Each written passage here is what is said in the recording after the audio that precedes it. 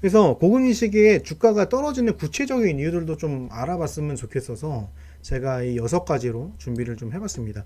간단히 그냥 책 듣는다 생각하시고 들어보시면 좋을 것 같아요. 첫 번째는 무위험 수익률이라는 개념이 있습니다. 무위험 수익률. 뭐 쉽게 말하면은 뭐 자산운용 시장에서는 채권 금리를 많이 얘기를 하는데 채권 금리가 제각각이잖아요. 게다가 이제 뭐 우량주 채권도 있고 이제 일드 채권이라고 해서 약간 정크 쓰레기 채권이라고 하는데 BBB 이하로 굉장히 좀 신용이 떨어져 있는 회사들 그런 경우도 이제 채권 금리라고 하면 굉장히 종류가 많아서 저는 보통 어떻게 이해를 하고 있냐면 시중금리로 그냥 이해를 합니다. 시중금리. 은행에서 예금했을 때 몇 프로 주냐 이걸 이제 무위험 수익률이라고 해요. 무위험이란 뭐예요? 안전자산이 주는 수익률을 쉽게 말하면 무위험 수익률이라고 합니다. 기대 수익률은 위험 자산에 투자했을 때 프리미엄 수익률이라고 하기도 하는데 여러분이 내가 이 자산에 투자해가지고 이 정도 퍼센테이지는 좀 받고 싶어. 그런 여러분의 기대가 있잖아요. 그런 기대를 담은 수익률이 기대 수익률이에요. 어렵지 않으시죠? 그 나머지는 여러분 뭐 어려운 얘기들 아닐 겁니다. 그래서 무위험 수익률과 기대 수익률인데 아까 제가 설명드린 대로 무위험 수익률 같은 경우는 예금이나 채권, 금 등의 안전자산에 투자해서 얻는 수익이에요. 안전자산 수익률이라고 보시면 됩니다. 그런데 고금리 시기에는 이 무위험 수익률이 많이 올라가요. 이게 2022년도 기사거든요. 우리나라의 기사인데 저축은행들도 몇 프로 준다고요? 야, 7% 고금리 특판 적금 상품이 등장했어요. 2022년. 이때가 이제 금리를 많이 올리고 슬슬 이제 내릴까 말까 하는 그 시기죠. 이때가 2022년도. 아니다. 이제 올릴까 말까 하는 그 시기구나. 그 시기에 7%대 고금리 특판 적금 상품이 등장했어요. 여러분 이거 보신 적 있을 거예요. 저희 장인어른도 이거 하신다고 막 그 서울 사시는데 아침부터 막 그 뱅크런 아니 뭐죠? 오픈런 하신다고 막 줄도 서셨다 이런 얘기 들었거든요.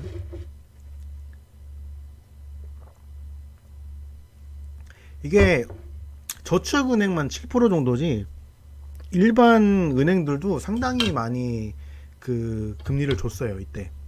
그러니까 그러니까 물론 7%면은 별로 안 커. 난 이 정도로 만족 못하는 사람이야. 그런 분도 계시겠죠. 그런 분도 계신다고 하면은 당연히 이 시간에도 이 시기에 고금리 시기에도 주식을 투자하겠지만 대부분 이제 특히 고액 자산들 같은 경우는 연 7%라고 하면 일반적으로 저금리 시기에 많이 줘봤자 1%대잖아요. 1.5%잘 줘야. 많이 주면 뭐 2%, 특판에 3%뭐 이런 것들 이런 게 있을 텐데 7%면 몇 배예요? 최소 곱하기 2잖아요. 우리가 뭐 100만 원, 1000만 원밖에 없는 사람들은 7% 하면 에이 그게 뭐야라고 하겠지만 이런 100억 있으면 어떡할 것 같아요? 100억이면 100억에 10%면 10억이잖아. 7%면 7억이에요. 7억. 예, 연 7%, 연 7억씩 현금이 쌓인다니까? 100억 넣어놓으면? 물론 이런 100억을 넣을 수는 없죠. 근데 이런, 좀 고액 자산가들은 이런 연 7%대 적금 같은 거를 기꺼이 산다는 거죠. 채권도 마찬가지야. 채권이, 예금 금리가 7%면 채권은 몇 프로 줬겠어요? 제가 알기로 이때 한국전력이 그때 8%짜리 회사채 발행했다는 얘기 들은 적 있어요. 한국전력이면 망할 일이 거의 없잖아요. 공기업이니까. 근데 이런 기업들 회사채 사면은 8% 줬다니까요. 8%. 내가 이자도 8% 받아먹고 원금까지 그대로 내가 받을 수 있는 이런 어마어마한 상품들이 이때 나왔다는 거죠. 그러니까 당연히 내가 주식에 투자했을 때 예를 들어서 채권보다는 높아야 되잖아. 최소 9%에서 10% 정도는 내가 수익 내야지. 근데 고금리 시기에 제가 주식 시장 어떻게 된다고 했어요, 여러분? 예. 금리가 올라가면 주가가 떨어진다 했잖아요. 그러니까 9% 10%도 굉장히 챌린징한 목표가 되는 겁니다. 소액 투자자들한테는 안 그럴 수 있지만 고액 자산가들한테는 9% 10%가 굉장히 챌린징하던 거예요. 그럴 거면 차라리 내가 지금은 숨 고르게 한다고 생각하고 그냥 예금 하나 가입하자. 이렇게 된다는 거예요. 이해되세요? 그래서 무위험 수익률과 기대 수익률에 갭이 생기기 때문에 사람들이 고금리 시기에는 주가가 잘 안 오르게 된다. 이런 갭의 차이가 있다. 이렇게 좀 이해하시면 좋을 것 같습니다. 두 번째로는요, 이제 기업 측면에서 당연히 금리가 높으면 기업 자금을 조달하는 거. 이게 이제 어려운 말로 레버리지라고 하죠, 우리가. 레버리지. 대출 받는 거예요, 쉽게 말하면. 이 대출 받는 게 뭐 당연히 더 깐깐하게 보기도 하고 어렵게 대출을 받는다고 할지라도 평소 받던 뭐 1%대, 뭐 2%대보다 기본 4%, 뭐 6%막 이렇게 달라고 하니까 기준금리가 여러분 지금 우리가 최고 3.5%까지 올라갔었잖아요. 그럼 가상금리라는 게 붙는단 말이에요. 은행들 돈을 벌어야 되니까. 그러면 1%만 해도 최소 4.5%인 거예요. 그럼 보세요. 내가 1%, 2% 내던 걸 4.5% 내야 돼. 많게는 적게는 2배에서 많게는 4배를 지금 매달 낼 돈을 더 내야 된단 말이에요. 그러면 여러분 같으면 기업의 오너라면 이거 레버리지 쉽게 쓸 수 있겠어요? 레버리지를 일으켜야 사실 투자도 더 할 수 있고 생산량을 늘려야 사실은 오히려 그 매출도 늘릴 수 있단 말이죠. 근데 물론 여러 가지로 또 공학적인 게 있죠. 소득이 줄어들기 때문에 소비가 많이 위축된 상황이어서 고금리 때는 투자하는 것도 굉장히 어려운 상황이죠. 제가 이게 옆에 표를 하나 이렇게 복사를 해서 가져왔는데 캡처를 했는데 여기가 이제 한독이라는 제약회사 아세요? 한독 화장품 되게 유명하잖아요. 한독이라는 제약회사의 재무제표 주석을 제가 좀 따온 거예요. 그 여러분과 보고 싶은 게 이제 금융비용 계정인데 여기가 얘도 이제 금융비용이고 2019년도 이때부터 이제 아직은 제로금리 때예요. 제로금리입니다. 예, 2021년부터 금리를 조금씩 2022년부터였나? 금리가 올라가기 시작했잖아요. 2021년부터. 보세요. 금융비용 전체가 뭐 이런 거 다 따져놔도 보세요. 이 정도거든요. 이게 아마 1,000원이니까 단위가 1,000원이니까 이게 이제 104억 정도인 거예요. 2019년도에는. 2020년도에는 어떻게 돼요? 이게 151억이 돼요. 근데 세상 2022년에는 어떻게 돼요? 200억으로 늘어납니다. 그러니까 여러분 보세요. 지금 3년 만에 금융비용이 2배가 늘어요. 이해되세요? 그리고 2023년도 이때가 이제 금리 최고조였죠. 미쳤죠, 여러분. 323억이 됩니다. 이게 이해되세요?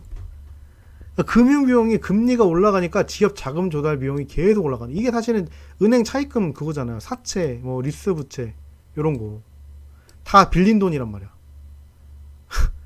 그러니까 2019년도 저금리 시기에 때 썼던 금융비용하고 2024년이 됐을 때는 3배가 늘어 있다고요. 예. 한독이 그 한계 기업으로 지금 지정돼 있어요. 한계 기업이란 게 뭐냐면 내가 순이익 영업이익을 내도요 이자를 못 갚는 기업을 뜻해요. 이자를 못 갚아요. 그러니까 빚으로 운용하고 있어요 지금 위에서. 이해되시나요? 그러니까 기업 입장에서 이렇게 금리가 올라가면 굉장히 부담스러워져요. 그러니까 여러분이 고금리 시기에 수익을 내는 게 굉장히 생각보다 챌린징하고 어려운 일이다. 우리 넘겨버렸네요. 그 마찬가지로 대출금리도 높지만 채권금리, 그러니까 기업체, 회사채를 또 발행을 해서 자금 조달을 받을 수 있는데 회사채 같은 거 제가 아까 한 점 말씀드렸잖아요. 아니 기준금리가 3.5% 정도라고 하면은 채권금리는 최소 5% 이상 줘야 된다는 거예요. 이해되세요? 네, 최소 5%. 실제로 5% 준 그런 회사들이 굉장히 많았죠. 이때 당시. 물론 채권 투자는 조금 다릅니다. 채권은 금리가 높으면 채권 가격이 떨어져요. 그래서 반대예요. 반대로 금리가 높으면 채권 가격이 또 따로 있습니다. 그건 제가 나중에 다시 한번 채권이랑 상품에 설명을 드릴게요. 어쨌든 이건 이제 우리가 금리만 좀 보자고요. 그러니까 채권을 발행을 해서 돈을 조달하기도 굉장히 부담스러운 상황인 거야. 차라리 은행이 더 싸죠. 회사채를 발행을 하느니. 그래서 영구채라는 거에 일단 굉장히 유행이었어요. 영구채라는 얘기 들어보셨어요? 영구채라는 거 영구채권이라고 해서 사실상 상환 기한이 없는 채권이에요. 근데 여러분 그 흥국생명이었나요? 2년 전인가 작년인가 흥국생명에서 영구채 관련해서 뭔가 이슈가 된 적이 있어요. 왜냐면 영구채가 보통은 말이 이제 상환 기한이 없다고 하지만 보통 관례적으로 5년 정도 되면은 상환을 하는 게 관례래요. 근데 흥국생명인가 거기서 이거를 못한 거야. 우리 상환 안 할래. 그냥 우리는 영구채니까 어차피 쭉 너희들 이자 줄게. 이렇게 되니까 난리가 난 거예요. 이렇게 되다 보니까 우리나라의 채권 시장이 뭔가 문제가 생겼다. 그래가지고 주식시장도 굉장히 그때 영향을 받았던 그런 경험이 있죠. 어쨌든 기업들이 굉장히 어려운 상황이다. 고금리 시기에는 이런 자금 조달 문제 때문에. 좋습니다. 네, 그래서 세 번째 이유로는요. 아까 말씀드렸던 소비가 또 위축이 되게 돼요. 가처분 소득이라는 거 혹시 얘기 들어보셨나요? 이 가처분 소득이라는 거. 이게 뭐냐면 할 수 있을 가짜예요. 처분이 가능하다. 결국 소비가 가능한 돈. 소비가 가능한 돈이 감소해버려요. 왜요? 기업 실적이 안 좋아요. 기업 실적이 안 좋으면 노동자분들한테 인센티브 줄 수 있어요? 인센티브 못 주잖아요. 그러니까 인센티브를 못 받는, 특히 이제 뭐 올리브영 같은 서비스업에서 활동하시는 분들은 인센티브가 차지하는 비용이 굉장히 큰 걸로 아는데, 이런 것들을 못 받으니까 소비가 줄어들 수밖에 없죠.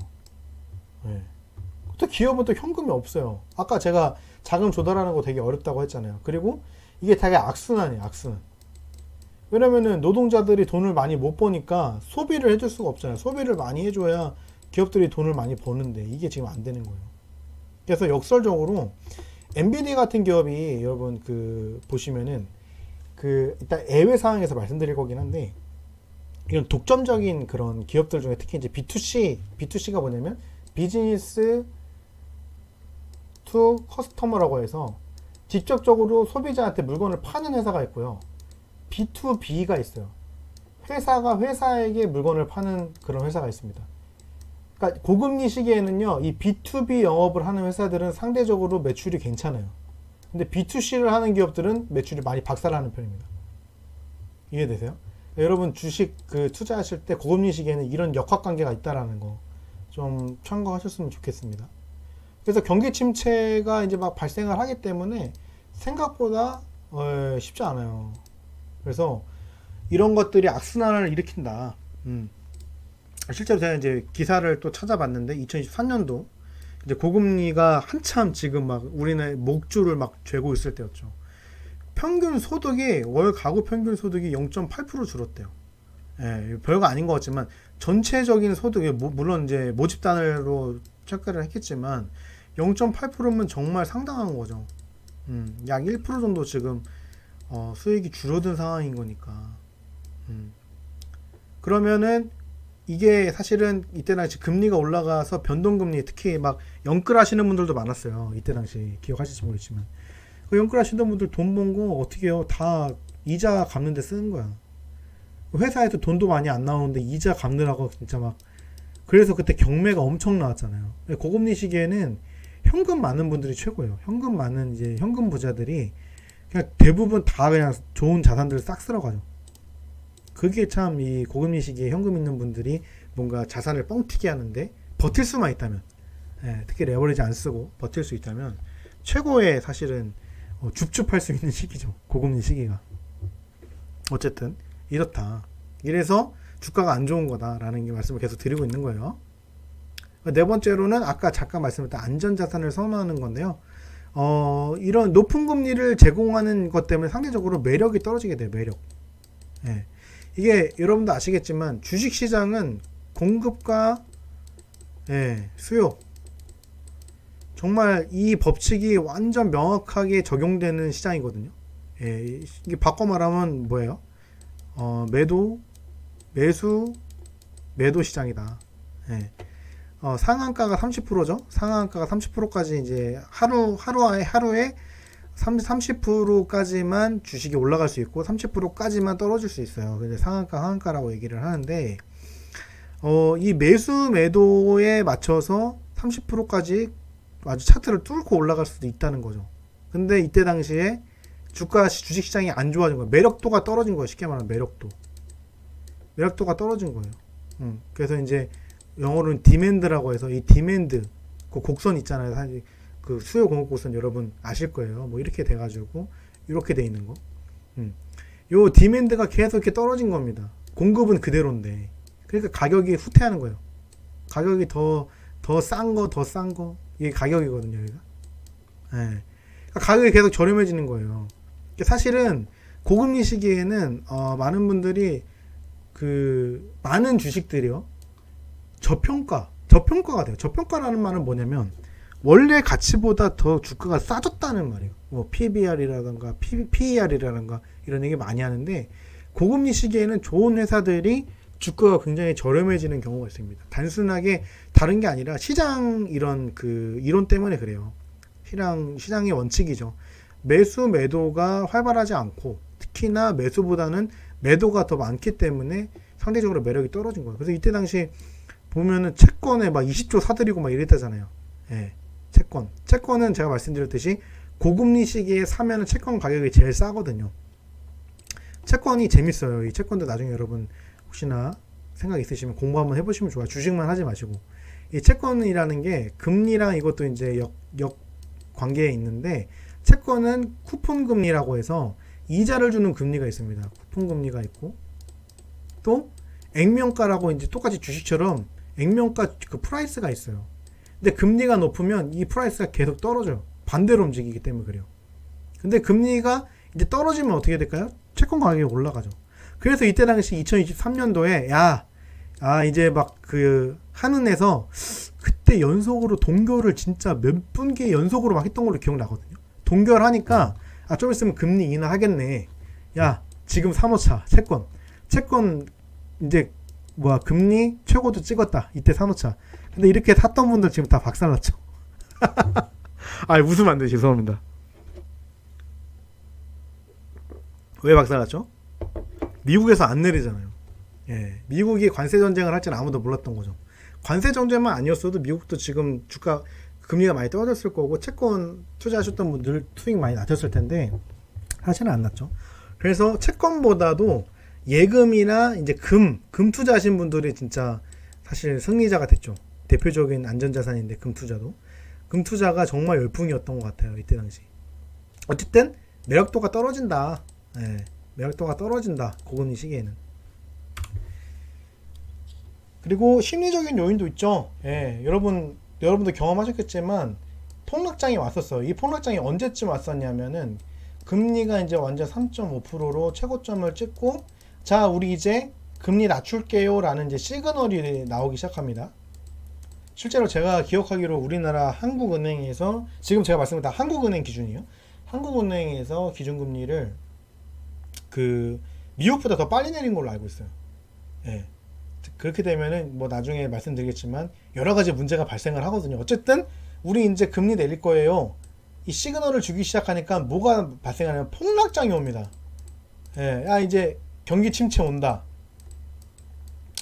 우리나라 경제, 전 세계 경제가 버틸만큼 버텼다 그러면서 폭락장이 와버려요.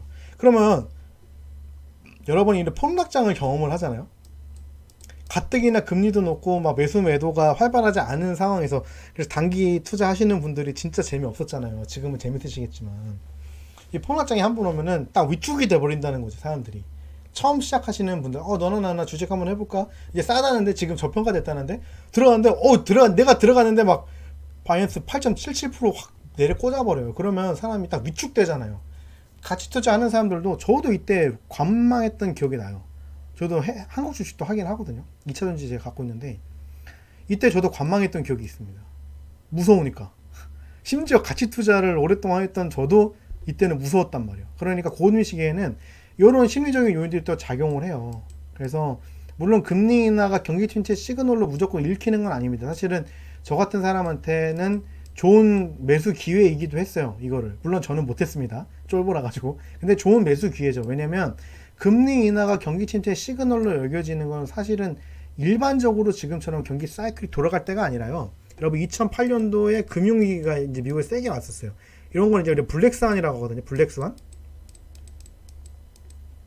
어렵게 생각하실 필요 없어요.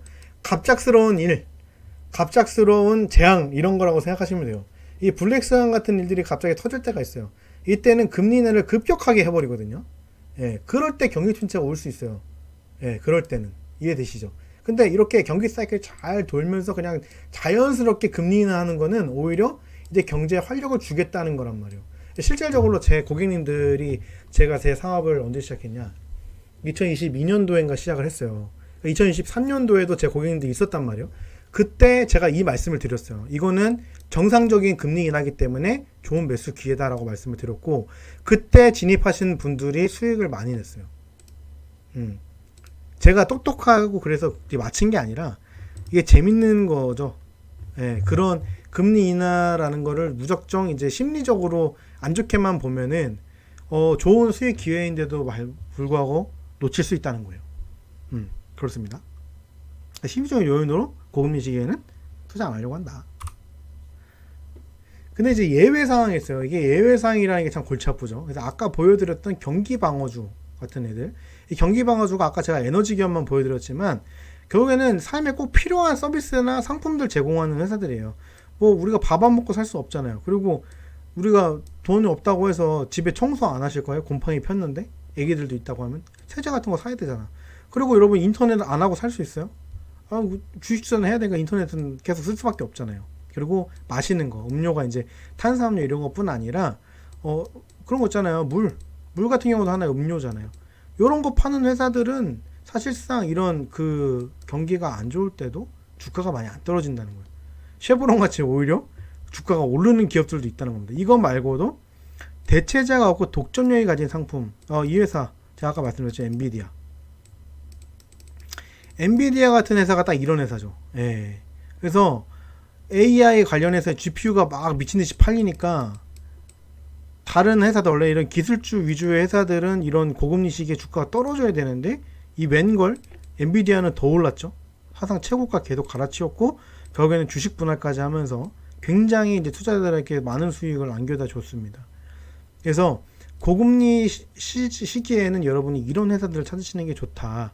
리밸런싱이라는 거 여러분 들어보신지 모르겠는데 이런 금리 사이클에 따라서 여러분의 포트폴리오를 구성하고 있는 주식들의 종목들을 교체를 해줘야 된다는 거예요. 자, 그러면 이런 거 지금처럼 이제 불황 같은 시기에는 어떤 주식들이 여러분 포트폴리오에 좀 보유 비중을 높이면 좋아요? 이런 회사들, 네.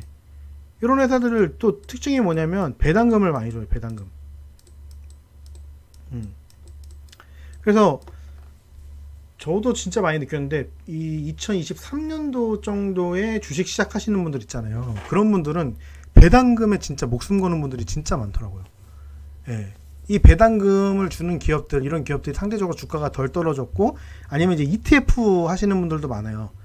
다 배당금 노리고 하시는 겁니다. 근데 배당금이 제가 강의할 때마다 늘 말해요. 이 배당금은 여러분 그 포트폴리오의 일부로 갖고 계셔야지 이거를 주 메인으로 하시면 안 돼요. 왜냐면 배당금 투자로는 여러분이 현금은 좀 쌓일지언정 결국에는 인플레이션이 있기 때문에 물가 상승률을 배당금이 이길 수가 없어요. 지금 배당금 높아 보여도요. 이제 금리 인하가 되고 주식시장이 전체적으로 버블이 끼기 시작하면은 배당금 주는 회사들의 그 ETF의 가격도 올라가게 됩니다. 그러면 지금은 배당률이 4%일지라도 주가가 올라버리면 이게 2%로 떨어져 버려요. 여러분 좋아하는 슈드라던가 지금 그 커버드콜 같은 상품들 같은 경우도 주가가 엄청 떨어졌다고. 제가 아는 고객님 중 한 분이 그 커버드콜 하시는데 마이너스 15%예요. 커버드콜이. 예, 커버드콜 상품이 기본적으로 이제 이게 숏 포지션이거든요. 예, 콜 옵션을 매도하는 포지션이기 때문에 이게 주가가 오르면 오를수록 계속 손해보는 구조예요. 마이너스 15%.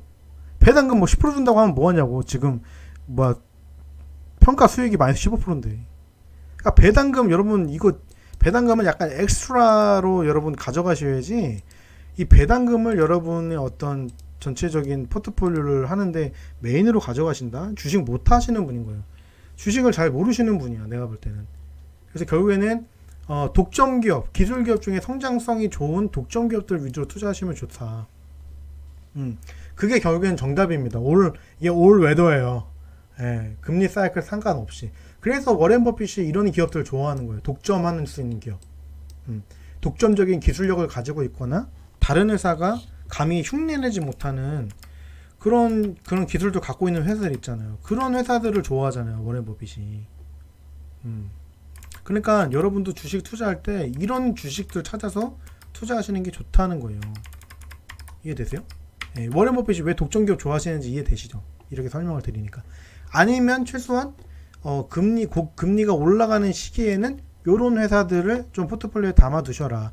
배당금으로 조금 여러분 수익률도 상쇄, 마이너스 수익률도 상쇄하시고, 그 배당금 나오는 걸로 지금 기술주 같은 경우는 굉장히 싸지잖아요. 고금리 시기에. 지금 고금리 시기에 주식 운용 전략 지금 설명드리는 거예요. 이 배당금을 기술주를 싸게 사세요. 예. 결국에는 이거 계속 반복이에요, 여러분. 주식시장이라는 거는 계속 이거 반복이에요, 그냥.